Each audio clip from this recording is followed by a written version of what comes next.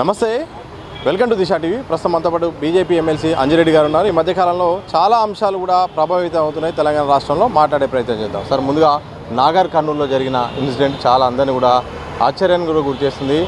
చిన్న పాప ఒక తగాదాల మధ్య కూడా అక్కడ గుడి సంబంధించిన జాతర కూడా జరిగిపోయింది. ఏం చెప్పదలుచుకున్నారు ఇలాంటి అంశాలపైన? మీరు ఒకటే ఆలోచించుకోండి, తెలంగాణ మొత్తం కాంగ్రెస్ గవర్నమెంట్ వచ్చిన తర్వాత హిందువుల మీద దాడులు చేస్తూ ఉన్నారు. హిందువుల మీద దీని ఎగ్జాంపుల్ తీసుకోండి. యాక్చువల్ ఏంటంటే బాన్స్వాడ అయినా, కామారెడ్డి అయినా, తర్వాత నిజామాబాద్ జిల్లా రుద్రాలు అయినా, నాగర్ కర్నూలు అయినా, తర్వాత బార్కాస్ అయినా, పోచమ్మగూడ అయినా, హనుమాన్ టెంపుల్ అయినా, ఇంత అరాచకం జరిగిన తర్వాత, పోలీస్ ఫెయిల్యూర్ అయిన తర్వాత మీరు ఒక్కసారి ఆలోచించుకోండి. 85% 90% హిందువులు ఉన్న దాంట్లో మనకే రక్షణ లేదని చాలామంది ఆలోచిస్తూ ఉన్నారు. ఈ రక్షణ లేని దానికి గతంలో మీరు మాట్లాడింది ఏదైతే ఉన్నదో జూబ్లీస్లో అదే ప్రేరేపిత అవుతూ ఉన్నది. దాన్ని బట్టి ఒక్కసారి ప్రజాకోర్టులో వచ్చిందనుకో ప్రజలే దీనికి నాశనం చేస్తారని డిమాండ్ చేస్తూ ఉన్నారు. ప్రజలు తలుచుకుంటే ఎవరినైనా దించగలుగుతారు, ఎవరినైనా ఎక్కేయగలుగుతారు. మా ప్రజలు ఒక్కసారి ఆలోచిస్తూ ఉన్నారు.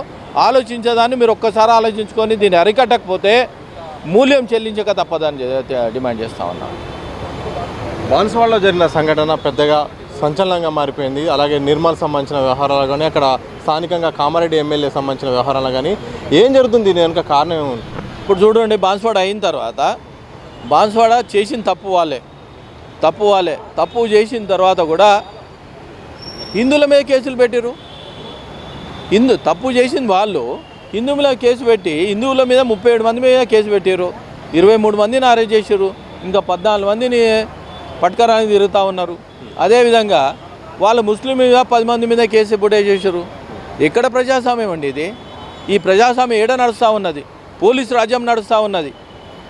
ఎవరో ముఖ్యమంత్రి గారు డిమాండ్ చేస్తూ ఉన్నా మీరు ఒక్కసారి ఆలోచించుకొని దాన్ని పర్ఫెక్ట్ ఎంక్వైరీ చేసి ఏదైతే ఉందో డీజీపీ గారికి అదే వివరణ చేసింది. ఎవరైతే తప్పు చేసిరో వాళ్ళ పోలీసుల మీద యాక్షన్ తీసుకోవాలి, లేకుంటే జరగరాంది మీకు జరుగుతుంది. అదేవిధంగా ఇది అయిపోగానే, ఇది నెక్స్ట్ డే ఇది అయిపోగానే షబ్బీర్ అలీ మా ఎమ్మెల్యే, ఇద్దరు ముఖ్యమంత్రిని ఓడగొట్టిన ఎమ్మెల్యే మీద అటాక్ చేపించడం జరిగింది. త్రుటిలో తప్పించుకొని ప్రాణాపాయాన్ని బయటపడ్డాడు.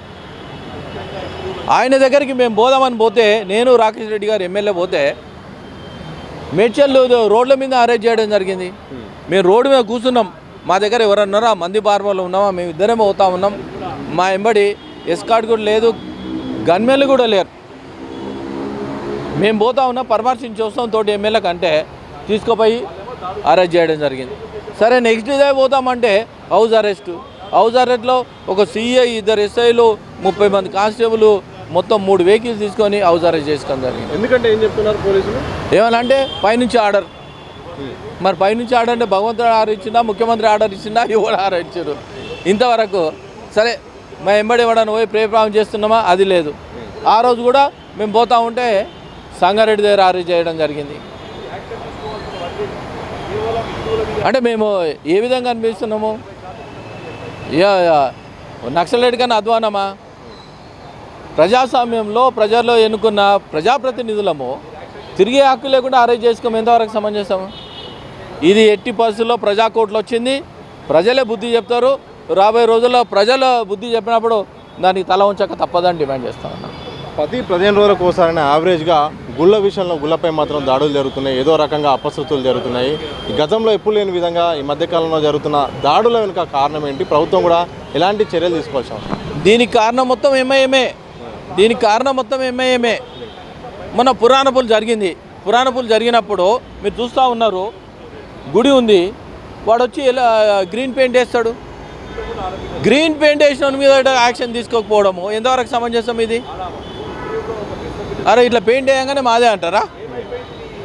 పాత జమాన్ నుంచి ఏదైతే ఉందో అది రికార్డు తీసుకొని న్యాయం చేయాలి హిందువులకు. అటాక్ చేయడం జరిగింది. ఆడికి మేము రామచంద్రరావు గారు నేతృత్వంలో పోవడం జరిగింది. ఈరోజు రామచంద్రరావు గారి నేతృత్వంలో ఎమ్మెల్యేలు, ఎమ్మెల్సీలు మేమందరం వచ్చి రిప్రజెంటేషన్ ఇవ్వడం జరిగింది. మళ్ళీ స్టేట్ టీం కూడా వచ్చి రిప్రజెంటేషన్ దీని మీద పర్ఫెక్ట్ ఎంక్వైరీ చేసి ఎవరైతే తప్పు చేసిరో పోలీస్ యాక్షన్ కూడా తీసుకోవాలని డీజీపీ గారు సానుకూలంగా స్పందించినందుకు డీజీపీ గారు ధన్యవాదాలు. ఈ విధంగా జరగకుండా చూడాలని కూడా చెప్పడం జరిగింది. రాష్ట్రంలో జరుగుతున్న ఈ వ్యవహారాలపై మరి కేంద్రంలో అధికారంలో ఉంది కాబట్టి కేంద్ర హోంశాఖ దృష్టికి ఏమైనా తీసుకెళ్లే అవకాశం ఉందా భవిష్యత్తులో?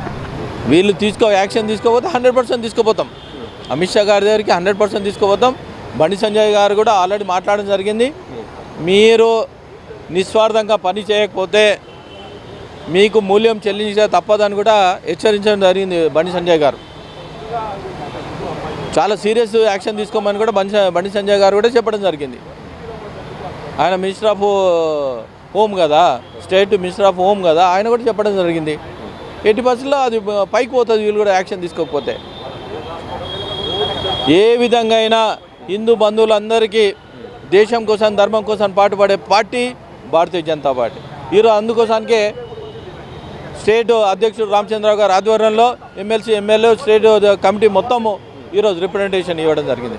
ఈ రిప్రజెంటేషన్కి 80% యాక్షన్ ఉంటుందని కూడా మేము అనుకుంటున్నాం. కానీ హిందూ ముస్లింల మధ్య బీజేపీ చిచ్చు పెడుతుంది, ఒక మత సామరస్యాన్ని దెబ్బతీస్తుందని కూడా కాంగ్రెస్ నేతలు పదే పదే మీపై ఆరోపణలు చేస్తారు. మీరు ఒక్కసారి ఆలోచించండి. ఒక అమ్మాయి రిలయన్స్ మాటలో పని చేసుకుంటా హిందూ పాటలు పెట్టుకొని ఆమె ఇలా పెడితే ఎవరండి చిచ్చు పెట్టింది? ముస్లింల అబ్బాయి వచ్చి ఆమె మీద దాడి చేస్తారా?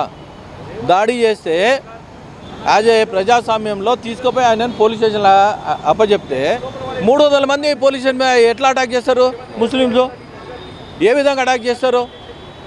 ఫస్ట్ వాళ్ళని తీసుకుపోయి లోపల వేసారు అనుకో, మళ్ళీసారి ఈ విధంగా జరగదు కదా. 300 మంది వస్తే మళ్ళీ హిందువులు కూడా రావడం జరిగింది. రాళ్ళతో కొడతారు మా వాళ్ళను. ఎవరు తప్పు చేసారు? అది తప్పు చేసిన తీసుకుపోయి పోలీస్ స్టేషన్లో అప్పచెప్తే వాళ్ళు తీసుకోవాలి యాక్షన్. ఎంతమంది వచ్చినా కానీ వాళ్ళు తీసుకొని యాక్షన్ దాని ముందు తీసుకుపోవాలి. వాళ్ళు చేసే తప్పును వాళ్ళకే చూపించాలి. వాళ్ళకు చివరిగా లాస్ట్ ప్రభుత్వానికి ఏం చెప్పదలుచుకున్నారు జరుగుతున్న సంఘటన? ప్రభుత్వాన్ని డిమాండ్ చేసేది ఏంటంటే హిందువుల మీద రాబోయే రోజుల్లో ఈగ వాలిన మీ ముక్కు జరుగుతుంది. ఎందుకంటే ఎంతో ఓపికతో ఉన్నా కానీ సంజయ్ గారు కూడా మాట్లాడడం జరిగింది, రాష్ట్ర అధ్యక్షుడిగా మాట్లాడడం జరిగింది.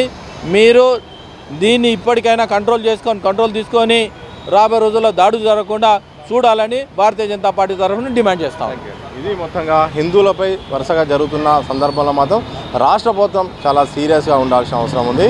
హిందువులనే టార్గెట్గా మాత్రం ఇటు గుళ్ళ టార్గెట్గా అయితే మాత్రం ఇటు ఎంఐఎం అయితే చాలామంది కూడా చేస్తున్నారు. రాష్ట్ర ప్రభుత్వం కూడా చూసినట్టు వ్యవహరిస్తుంది. ఇప్పటికైనా చర్యలు తీసుకోకపోతే మాత్రం ఇక మేము కేంద్ర ప్రభుత్వానికి అయితే మాత్రం ఫిర్యాదు చేయాల్సి వస్తుంది. ఇప్పటికే బండి సంజయ్ గారు కూడా కేంద్ర మంత్రిగా ఆయన అయితే మాత్రం దీనికి భరోసా ఇచ్చారు. రాష్ట్ర ప్రభుత్వం మీద నమ్మకం ఉంది. ఇప్పటికైనా దిద్దుబాటు చర్యలు తీసుకోవాలి, శాంతి పద్ధతులను కాపాడాల్సిన అవసరం ఉంటుంది. లేకపోతే మాత్రం ఇక మీ మతం వెనక్కి తగ్గేది లేదు. వరుసగా నిరసన కార్యక్రమాలు చేస్తాం. హిందువులను టచ్ చేస్తే మాత్రం భయపడే పరిస్థితి అయితే మాత్రం అందరికీ చూపిస్తామంటూ కూడా అంజిరెడ్డి గారు చెప్తున్నారు, బీజేపీ ఎమ్మెల్సీ. చూస్తూనే ఉండండి దిశ టీవీ.